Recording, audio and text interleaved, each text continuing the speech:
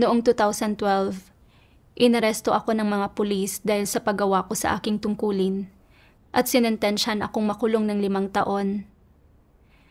Noong panahong iyon, higit 60 taong gulang na ang aking ina. Nahihirapan siya dahil sa kanyang hemiplegia, pero dinalaw niya pa rin ako sa bilangguan. Nang makita kong nahihirapang kumilos o tumayo ng maayos ang nanay ko, nalungkot ako ng sobra. Pinalaki niya ako sa loob ng maraming taon, pero bukod sa hindi niya natamasa ang pagkalinga ko, nag-aalala pa siya sa akin kahit matanda na siya. Pagkatapos kong makalaya, nalaman kong habang nasa bilangguan ako, pumunta sa bahay ko ang mga pulis para magtanong tungkol sa akin. Nirecord at tinakot nila ang nanay ko. Natakot siya at lumubha ang lagay niya.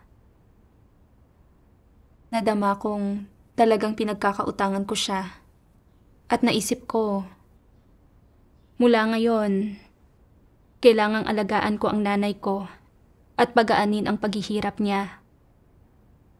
Pero hindi natupad ang hiling ko. Nag-iimbestiga pa rin ang mga pulis at walang tigil nila akong minamanmanan. At para sa kaligtasan ko, kinailangan kong umalis ng bahay para magawa ang tungkulin ko. Makalipas ang 2 taon, nabalitaan kong nasa bahay ng kapatid kong babae ang aking nanay, kaya patago ko siyang dinalaw. Lumala na ang lagay ng paningin ng nanay ko at hindi na siya makakita ng malinaw. Paika-ika siya habang nakahawak sa tungkod. Nahihirapan talaga siyang kumilos at magsalita. Napakahirap na makita siyang ganoon. Lalo na nang tinanong niya ako, "Kailan ka sunod na babalik?" Hindi ko alam kung paano sasagot. Dahil pinaghahanap pa rin ako ng mga pulis, sumugal lang ako para makadalaw sa pagkakataong ito. Kapag umalis na ako, hindi ko na alam kung kailan ako makakabalik. Tiningnan ako ng aking nanay. Naghihintay sa sagot ko. Pero hindi ko talaga alam. Kaya hinaplos ko lang siya sa balikat at wala akong sinabi. Pagkaalis ko, pabalik-balik sa isipan ko ang tanong ng nanay ko. Habang mas iniisip ko ito, mas bumibigat ang pakiramdam ko. Hindi man lang ako makapagbigay ng simpleng pangako sa kanya. At pakiramdam ko ay binigo ko siya. Hindi nagtagal, nabalitaan kong inaresto ang kapatid kong babae. Hindi na ako nangahas na pumunta sa bahay niya. Parang sinasaksak ng kutsilyo ang puso ko. Napakatanda na ng aking nanay. Nakaratay na siya sa kama. Hindi na nakakakilos. Maaari siyang pumanaw anumang araw. Bilang anak niya, hindi man lang ako nagkaroon ng pagkakataong tuparin ang responsibilidad ko sa kanya. Hindi nagtagal, nagkaroon ng outbreak ng coronavirus at napakarami ng namamatay kahit saan. Hindi ko maiwasang mag-alalang muli. Iniisip ko, magkaka-virus kaya ang nanay ko? Maiiwasan kaya niya ang sakunang ito? Kung mamamatay siya, hindi ko man lang siya makikita sa huling pagkakataon. Kalaunan, nakahanap ako ng paraan para makaugnayan ang pamilya ko. Nalaman kong namatay na pala ang nanay ko. Halos 1 buwan na ang nakalilipas. Nang mabalitaan ko ito, napaupo ako.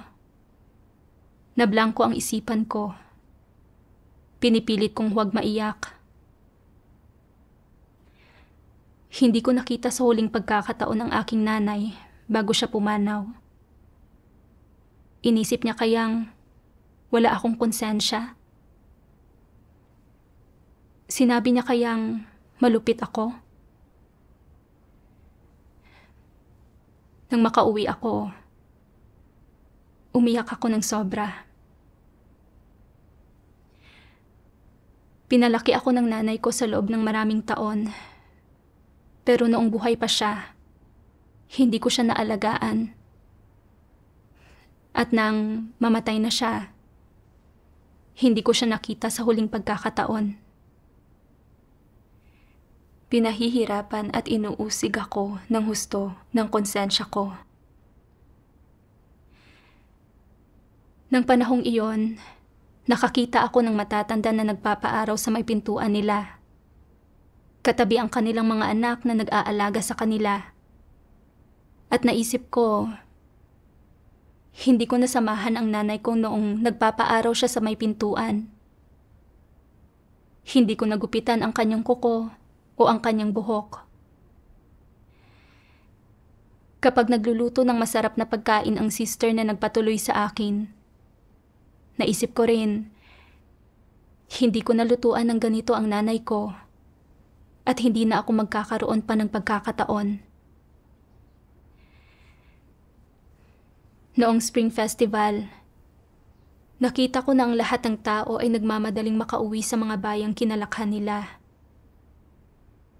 Kasama pa nilang lumuwas ang mga anak nila para dalawin ang mga matanda. Binilang ko kung ilang taon na simula noong huling samahan ko ang nanay ko. Noong panahong iyon, wala akong gana at direksyon. Kahit na ginagawa ko ang tungkulin ko, tuwing may libre akong oras, iniisip ko ang nanay ko at nadarama ko ang pagkakautang ko sa kanya. Hindi matahimik ang puso ko kapag binabasa ko ang mga salita ng Diyos at lagi akong inaantok.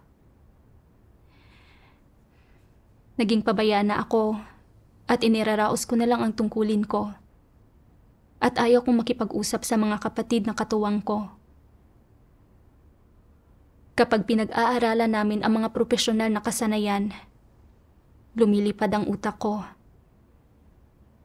Kapag kinukumusta ng leader ang gawain, ni ayaw kong sumagot. At kahit na sumagot ako, pabasta-basta na lang akong nagsasalita. Hindi ko masyadong pinagtuunan ang tungkulin ko. Nagpakalugmok ako at walang naging mga resulta sa tungkulin ko. Ginusto ko pa ngang maghanap ng trabaho kahit na may tungkulin ako. Dahil ayaw kong ubusin ang oras ko sa paggugol ng sarili ko. Kalaunan, napagtanto kong mapanganib na magpatuloy ako ng ganito. At dali-dali akong nagdasal at nagbasa ng mga salita ng Diyos. Binasa ko ang mga salita ng Diyos na nagsasabing, "Ang pagkakasakit ng iyong mga magulang ay isang malaking dagok na para sa iyo. Kaya't ang pagpanaw ng iyong mga magulang ay magiging mas higit na malaking dagok. Kung gayon, bago pa ito mangyari, paano mo dapat lutasin ang hindi inaasahang dagok na idinudulot nito sa iyo upang hindi ito makaapekto o makasagabal sa paggampan mo sa iyong tungkulin o sa landas na iyong tinatahak? Una, tingnan natin kung tungkol saan nga ba ang kamatayan at kung tungkol saan ang pagpanaw. Hindi ba't ibig sabihin nito ay lilisan na ang isang tao sa mundong ito? Nangangahulugan ito na ang buhay na taglay ng isang tao na mayroong pisikal na presensya ay hiwalay sa material na mundo na nakikita ng mga tao at naglalaho ito. Ang taong iyon ay nagpapatuloy na mabuhay sa ibang mundo ng may ibang anyo. Ang paglisa ng buhay ng iyong mga magulang ay nangangahulugan na ang relasyon mo sa kanila sa mundong ito ay natunaw, naglaho at nagwakas na. Nabubuhay na sila sa ibang mundo ng may ibang anyo. Kung ano ang magiging takbo ng kanilang buhay sa kabilang mundo, kung babalik man sila sa mundong ito, muli kang makakatagpo o magkakaroon ng anumang uri ng ugnayan sa laman o emosyonal na koneksyon sa iyo, ito ay inorden ng Diyos at wala itong kinalaman sa iyo. Sa kabuuan, ang pagpanaw nila ay nangangahulugan na ang kanilang mga misyon sa mundong ito ay tapos na at ganap na itong nagwakas. Ang kanilang mga misyon sa buhay na ito at sa mundong ito ay natapos na, kaya ang relasyon mo sa kanila ay natapos na rin. Ang pagpanaw ng iyong mga magulang ay ang magiging huling balitang maririnig mo tungkol sa kanila sa mundong ito, at ang mga huling pagsubok na makikita o maririnig mo tungkol sa kanilang mga karanasan ng pagkasilang, pagtanda, pagkakasakit at pagkamatay sa buhay nila, iyon na ang lahat. Ang pagkamatay nila ay walang kukunin o ibibigay na anuman sa iyo. Sila ay simpleng mamamatay. Ang kanilang mga paglalakbay bilang tao ay matatapos na. Kaya, pagdating sa kanilang pagpanaw, hindi mahalaga kung ito ay aksidenteng pagkamatay, normal na pagkamatay, pagkamatay dahil sa sakit at iba pa, sa ano't anuman, kung hindi dahil sa kataas-taasang kapangyarihan at mga pagsasaayos ng Diyos, walang tao o puwersa ang maaaring bumawi sa buhay nila. Ang kanilang pagpanaw ay nangangahulugan lamang ng katapusan ng kanilang pisikal na buhay. Kung nangungulila at nananabik ka sa kanila, o nahihiya ka sa iyong sarili dahil sa iyong mga damdamin, hindi mo dapat maramdaman ang alinman sa mga bagay na ito at hindi kinakailangang maramdaman mo ang mga ito. Nilisan na nila ang mundong ito, kaya ang mangulila sa kanila ay hindi na kinakailangan, hindi ba? Kung iniisip mo na, nangulila ba sa akin ang mga magulang ko sa lahat ng taong iyon? Gaano pa ba sila nagdusa dahil wala ako sa kanilang tabi para magpakita ng pagiging mabuting anak sa kanila sa loob ng napakaraming taon? Sa lahat ng taong ito, palagi kong ninanais na sana ay makasama ko sila ng ilang araw. Hindi ko akalain na napakaaga nilang mamamatay. Nalulungkot at nakokonsensya ako. Hindi mo kinakailangang mag-isip ng ganito. Walang kinalaman sa iyo ang kanilang pagkamatay. Bakit walang kinalaman sa iyo ang mga ito? Dahil kahit na ipinakita mo sa kanila ang pagiging mabuting anak o sinamahan mo sila, hindi ito ang obligasyon o gampanin na ibinigay sa iyo ng Diyos. Inordena ng Diyos kung gaano kaganda ang kapalaran at kung gaano karami ang pagdurusa na mararanasan ng iyong mga magulang mula sa iyo. Wala itong anumang kinalaman sa iyo. Hindi sila mabubuhay ng mas matagal dahil lang sa kasama mo sila, at hindi sila mabubuhay ng mas maikli dahil lang sa malayo ka sa kanila, at hindi mo sila madalas na nakakasama. Inordena ng Diyos kung gaano katagal sila mabubuhay, at wala itong kinalaman sa iyo. Kaya, kung mabalitaan mo na pumanaw na ang iyong mga magulang habang ikaw ay buhay pa, hindi mo kailangang makonsensya. Dapat mong harapin ang bagay na ito sa tamang paraan at tanggapin ito. Nang binasa ko ang mga salita ng Diyos, lubos akong naantig. Lalo na nang mabasa ko na inordena ng Diyos kung gaano kaganda ang kapalaran at kung gaano karami ang pagdurusa na mararanasan ng iyong mga magulang mula sa iyo. Wala itong anumang kinalaman sa iyo. Kahit ano pa mang pagdurusa ang tiniis ng nanay ko sa buhay niya, at kahit paano pa siya namatay sa huli, lahat iyon ay inorden ng Diyos. Kahit pa malapit ako sa Kanya at naalagaan ko siya araw-araw, hindi ko siya matutulungang maibsan ang pisikal niyang karamdaman, lalong hindi ko siya mapapanatiling buhay. Ang kapanganakan, pagtanda, karamdaman at kamatayan ay mga kautusan ng pag-iral na inorden ng Diyos para sa tao. Kailangan harapin iyon ng bawat tao at walang makalalabag sa mga iyon. Alam kong hindi ako dapat mamuhay ng inuusig ng aking konsensya. Dapat kong panatilihin ang isang makatwirang saloobin at tanggapin ang kataas-taasang kapangyarihan at mga pagsasaayos ng Diyos. At dapat akong magpasakop sa mga ito. Napakatanda na ng nanay ko at normal ang pagpanaw niya. Ang pagpanaw niya ay nangangahulugang tapos na ang misyon niya sa mundong ito. Higit 20 taon na siyang may sakit at maraming tao na may gayon ding karamdaman ang namatay pagkatapos lang ng ilang taon. Ang mabuhay siya ng gayon katagal at marinig niya ang mga salitang binigkas ng Diyos ay biyaya at pagpapala na ng Diyos. Nang tanggapin ko ito, medyo gumaan ang puso ko at hindi ko na nararamdaman ang paninisi sa sarili at panunupil dahil sa pagpanaw ng nanay ko. Isang araw sa isang pagtitipon, binasa ko ang isang sipi ng mga salita ng Diyos. Tinatalikuran ng ilang tao ang kanilang mga pamilya dahil sumasampalataya sila sa Diyos at gumaganap ng kanilang mga tungkulin. Nagiging tanyag sila dahil dito at madalas na hinahalughog ng pamahalaan ang mga bahay nila. Nililigalig ang kanilang mga magulang at pinagbabantaan pa nga ang mga ito upang isuko sila. Pinag-uusapan sila ng lahat ng kapitbahay nila, sinasabing, walang konsensya ang taong ito. Wala siyang pakialam sa kanyang matatandang magulang.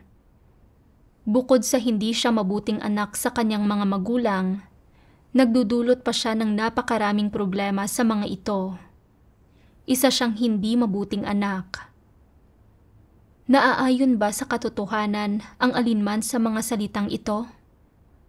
Hindi. Ngunit hindi ba't itinuturing na tama ang mga salitang ito sa mga mata ng mga walang pananampalataya? Sa mga walang pananampalataya, iniisip nilang ito ang pinakalehitimo at pinakamakatwirang paraan ng pagtingin dito at naaayon ito sa etika ng tao at alinsunod sa mga pamantayan ng pag-asal ng tao. Gaano man karaming paksa ang kalakip ng mga pamantayang ito, katulad ng kung paano magpakita ng pagkamabuting anak sa mga magulang, kung paano sila aalagaan sa kanilang pagtanda at isasaayos ang kanilang mga libing, o kung gaano kalaki ang isusukli sa kanila, at naaayon man ang mga pamantayang ito sa katotohanan o hindi, sa mga mata ng mga walang pananampalataya, mga positibong bagay ang mga ito, positibong enerhiya ang mga ito, tama ang mga ito, at itinuturing ang mga ito na hindi mapipintasan sa lahat ng grupo ng mga tao. Sa mga walang pananampalataya, ang mga ito ang mga pamantayang dapat ipamuhay ng mga tao at kailangan mong gawin ang mga bagay na ito upang maging isang sapat na mabuting tao sa kanilang mga puso. Bago mo sampalatayanan ang Diyos at maunawaan ang katotohanan, hindi ba't matibay mo ring pinaniwalaan na ang gayong asal ay pagiging isang mabuting tao? Oo. Dagdag pa, ginamit mo rin ang mga bagay na ito upang suriin at pigilan ang sarili mo at hiningi mo sa sarili mong maging ganitong uri ng tao. Kung ninais mong maging isang mabuting tao, tiyak na isinama mo ang mga bagay na ito sa mga pamantayan mo ng pag-asal. Kung paano maging mabuting anak sa iyong mga magulang, kung paano mabawasan ang pag-aalala nila, kung paano sila bibigyan ng karangalan at papuri, at kung paano bibigyan ng kaluwalhatian ang iyong mga ninuno. Ang mga ito ang mga pamantayan ng pag-asal sa iyong puso at ang direksyon ng iyong pag-asal.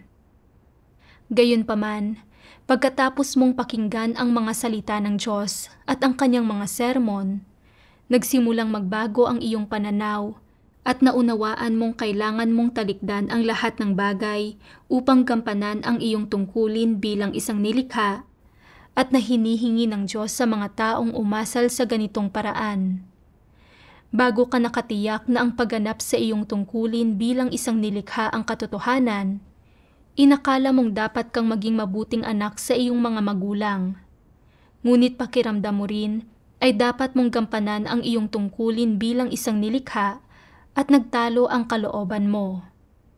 Sa pamamagitan ng patuloy na pagdidilig at pagpapastol ng mga salita ng Diyos, unti-unti mong naunawaan ang katotohanan at saka mo napagtantong ang pagganap sa iyong tungkulin bilang isang nilikha ay ganap na likas at may katwiran. Talagang inilantad ng Diyos ang mga kaisipang nasa utak ko. Inakala ko na kung mabuting anak ang mga tao sa kanilang mga magulang, inaalagaan ang mga ito kapag matanda na at inaasikaso ang libing ng mga ito. Kung gayon, ay mapagpahalaga sila sa kanilang obligasyon, mabubuti silang tao. Kung hindi mabuting anak ang isang tao, wala siyang konsensya at hindi siya mabuting tao. Hinuhusgahan ko kung mabuti o masama ang isang tao, batay sa mga etika, katangian at moralidad. Hinding-hindi ito naaayon sa mga salita ng Diyos ni sa katotohanan. Itinuring kong positibong bagay ang tradisyonal na kultura. Iniisip ko na dahil pinalaki ako ng nanay ko, dapat ko siyang alagaan sa pagtanda niya. Dahil hindi ko naalagaan ang mga magulang ko habang ginagampanan ko ang aking tungkulin. At dahil nadamay ang nanay ko sa problema ko nang maaresto at mabilanggo ako, inisip kong wala akong konsensya, walang pagkatao.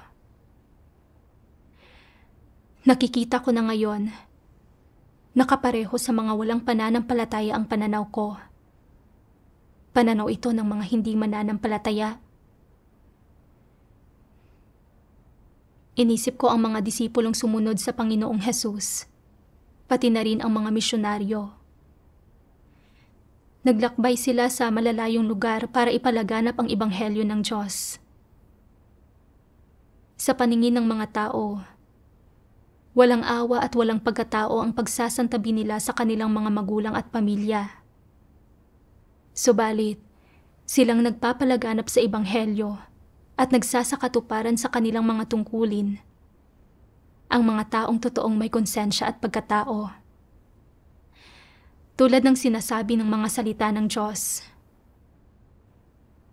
maaaring napakabait mo at tapat ka sa iyong mga kamag-anak, kaibigan, asawa, anak, at magulang, at hindi ka nagsasamantala sa iba kailanman.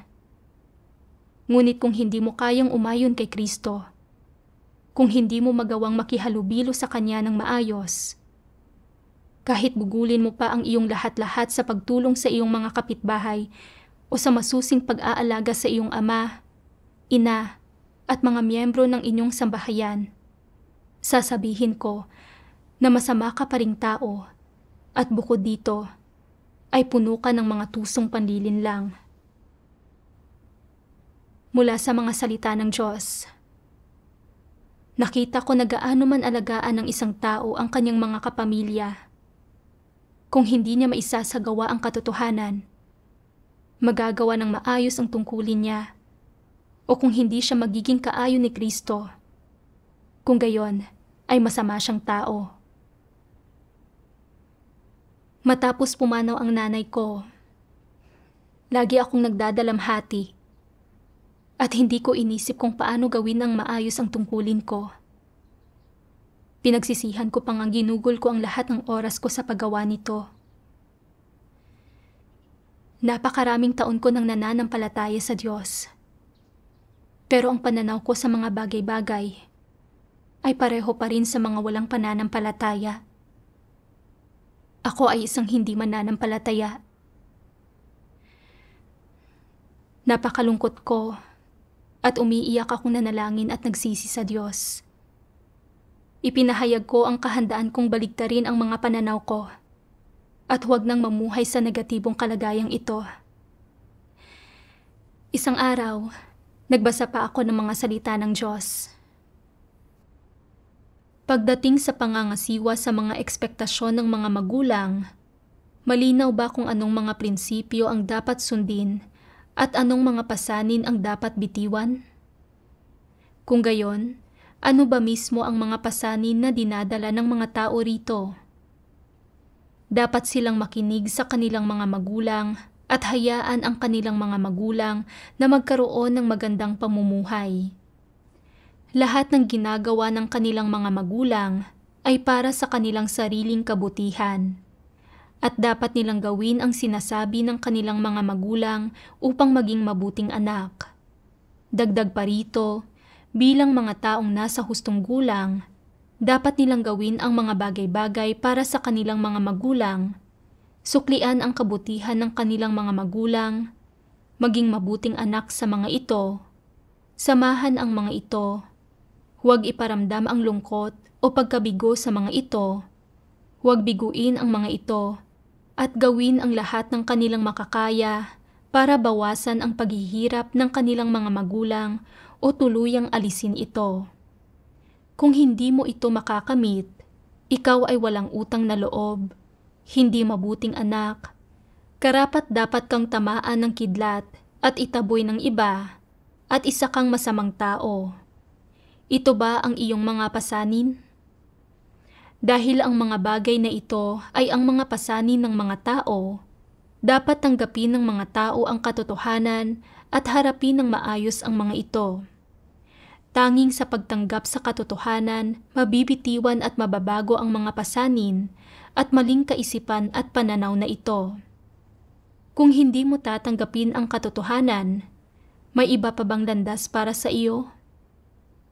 Kaya, ito man ay pagbitiw sa mga pasanin ng pamilya o ng laman, lahat ay nagsisimula sa pagtanggap sa tamang kaisipan at pananaw at sa pagtanggap ng katotohanan. Habang sinisimulan mong tanggapin ang katotohanan, itong mga maling kaisipan at pananaw sa loob mo ay unti-unting matitibag, makikilatis, at malinaw na mauunawaan, at pagkatapos ay unti-unting maitatakwil ang mga ito. Sa proseso ng pagtitibag, pagkikilatis, at pagkatapos ay pagbibitiw at pagtatakwil sa mga maling kaisipan at pananaw na ito, unti-unti mong babaguhin ang iyong saloobin at pagharap sa mga bagay na ito. Unti-unting hihina ang mga kaisipan na nagmumula sa iyong konsensya at mga damdamin bilang tao. Hindi ka naguguluhin o gagapusin ng mga ito sa kailaliman ng iyong isipan. Hindi nakokontrolin o iimpluwensyahan ang iyong buhay o panghihimasukan ang paggampan mo sa tungkulin. Halimbawa, kung tinanggap mo ang mga tamang kaisipan at pananaw at tinanggap ang aspektong ito ng katotohanan, kapag narinig mo ang balita ng pagkamatay ng iyong mga magulang, iiyak ka lamang para sa kanila nang hindi iniisip ang tungkol sa kung paanong sa mga taong ito ay hindi mo nasuklian ang kanilang kabutihan sa pagpapalaki sa iyo, kung paanong pinahirapan mo sila ng husto, kung paano mo sila hindi binayaran ni katiting, o kung paanong hindi mo sila hinayaang magkaroon ng magandang pamumuhay.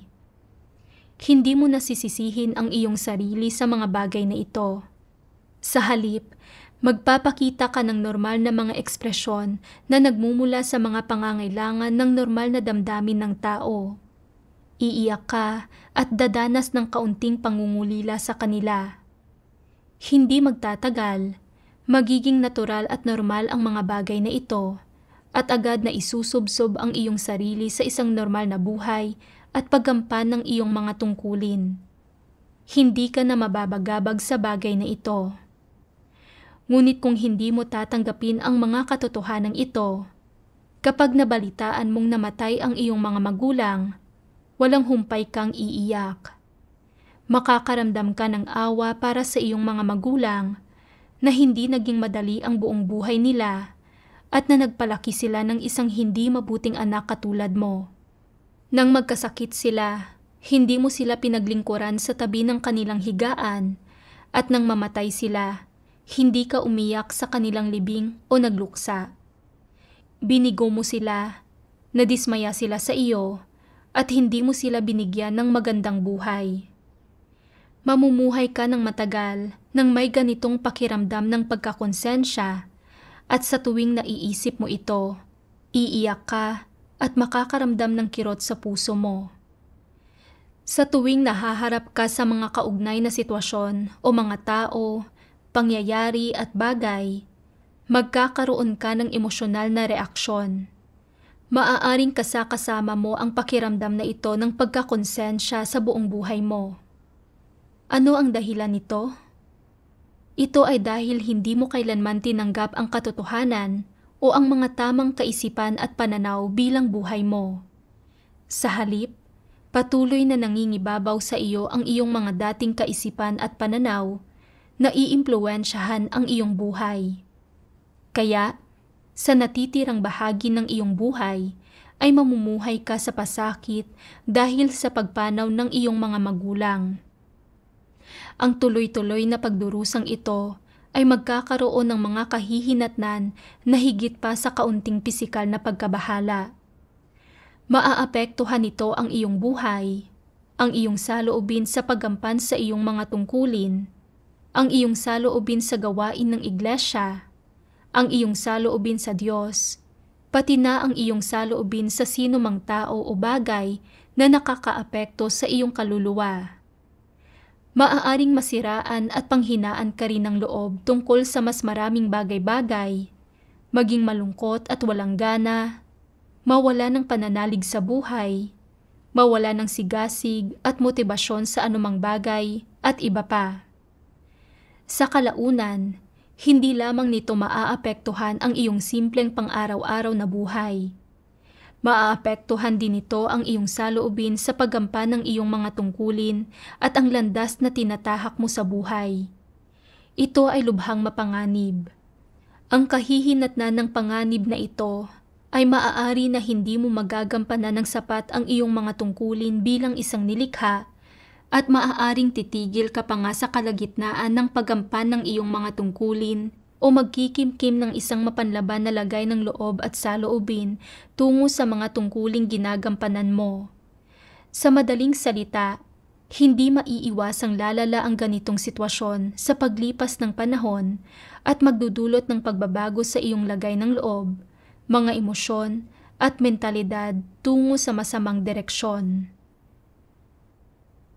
Naisip ko kung paanong sa loob ng maraming taong ito na nananalig ako sa Diyos.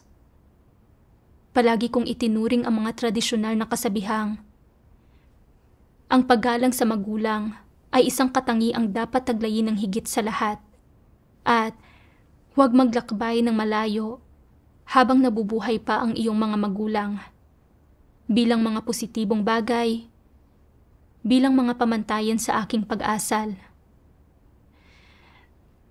Kapag hindi ko maalagaan ang nanay ko dahil ginagawa ko ang tungkulin ko, kahit na umalis ako ng bahay para gawin ang tungkulin ko, lagi ko siyang inaalala at nakadarama ako ng pagkakautang sa kanya dahil hindi ko siya naaalagaan.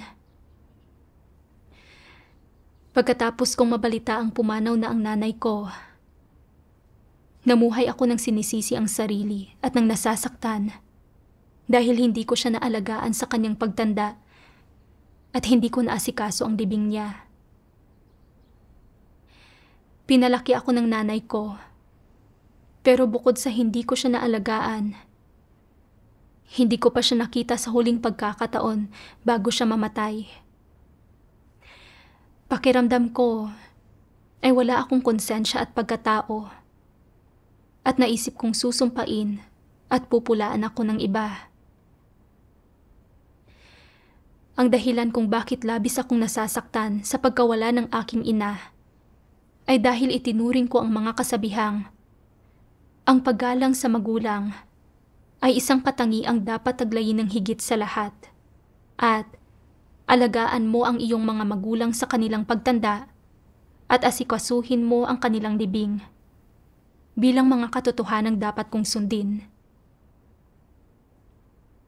Dahil hindi ko nasunod ang mga kasabihang ito, labis akong nakonsensya Hindi ko mapatawad ang sarili ko at naging pasibo ako sa tungkulin ko.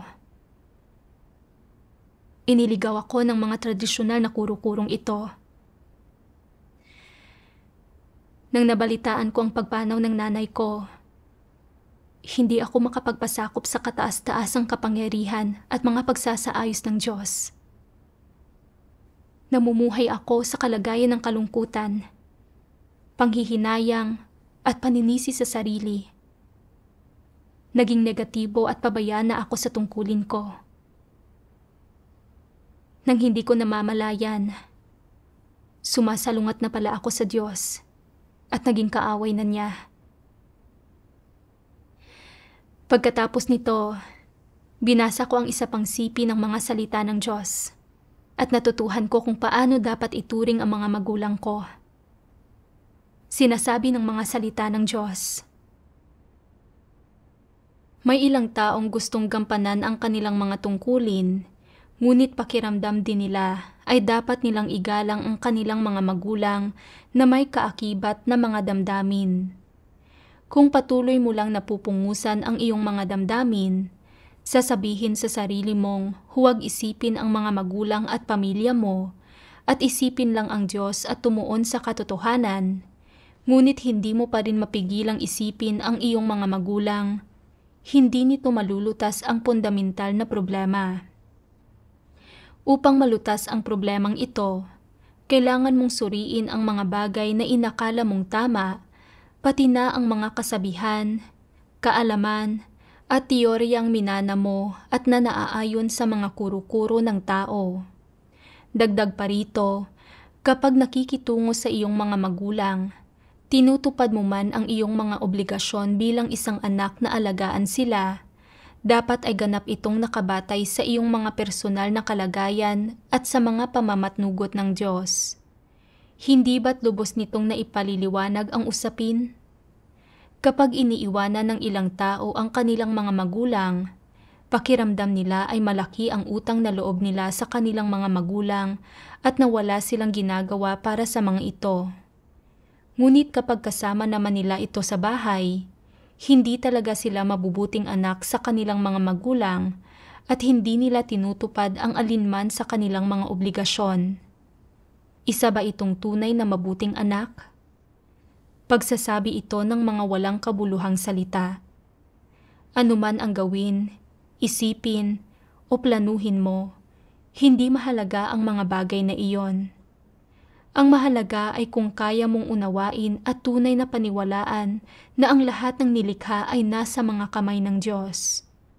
Taglay ng ilang magulang ang pagpapala at tadhanang makapagtamasa ng kaligayahan sa tahanan at ng saya ng isang malaki at masaganang pamilya.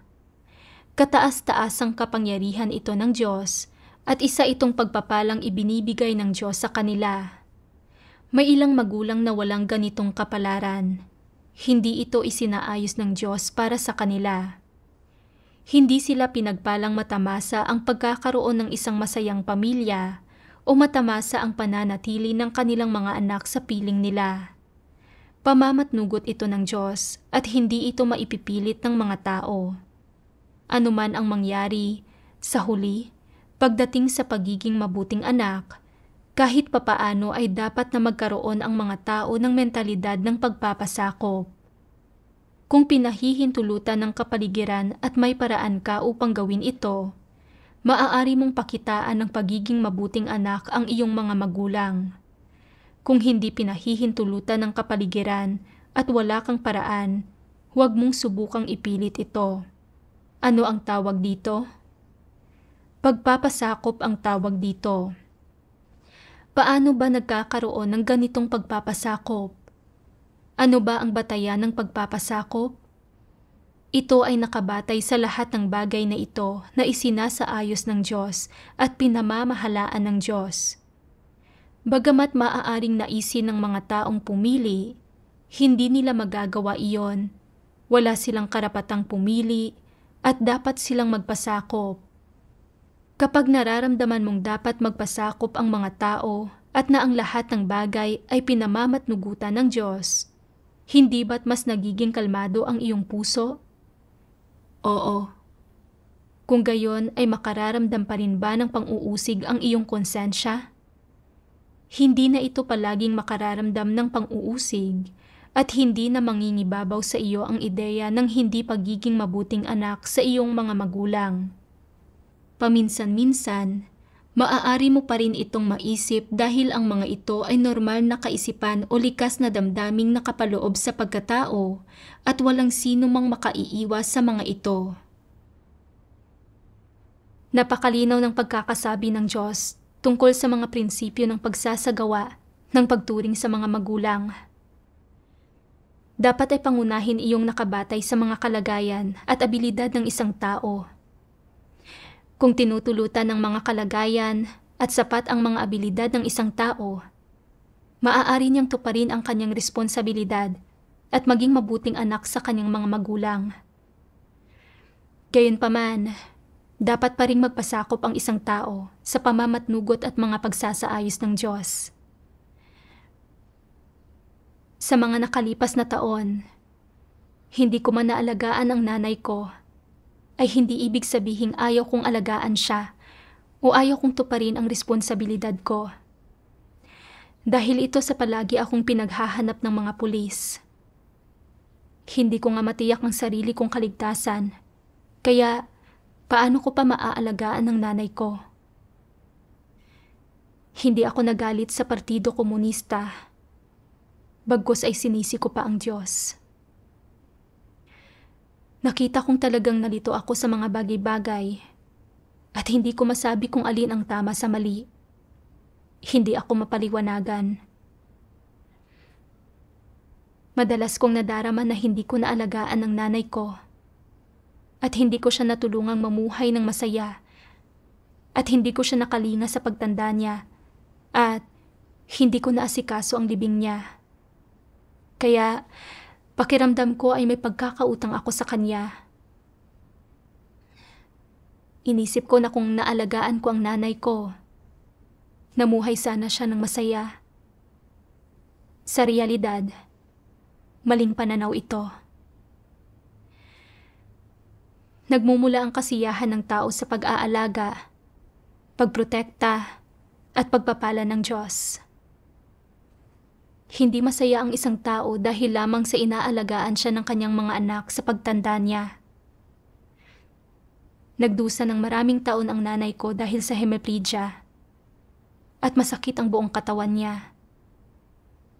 Dati, kapag nasa bahay ako para alagaan siya, ako ang kumakausap sa doktor at bumibili ng gamot ng nanay ko. Kahit na sinusubukan kong mapagamot siya at inaalagaan ko siya, hindi nito naibsan kahit kaunti ang sakit na nararamdaman niya. Inorden ng Diyos kung gaano katinding pagdurusa ang dapat tiisin ng nanay ko. Ngayon, pumanaw na ang nanay ko, na ibig sabihin ay dumating na ang oras niya. Hindi na siya nagdurusa dahil sa pisikal na karamdaman. Mabuting bagay ito at dapat akong magpasakop sa kataas-taasang kapangyarihan at mga pagsasaayos ng Diyos. Gayunpaman, hindi ko hinanap ang katotohanan sa usaping ito o hindi ako nagpasakop sa mga pagtatakda ng Diyos. Negatibo at pabaya ako sa tungkulin ko at salungat sa Diyos ang diwa ng pag-uugali ko. Wala man lang akong pagkatao o katwiran. Binasa ko ang isa pang sipi ng mga salita ng Diyos na mas nagbigay linaw pa sa kung paano ituring ang mga magulang. Sinasabi ng mga salita ng Diyos, sa panlabas, tila ang iyong mga magulang ang nagluwal ng iyong pisikal na buhay at na ang iyong mga magulang ang nagbigay sa iyo ng buhay.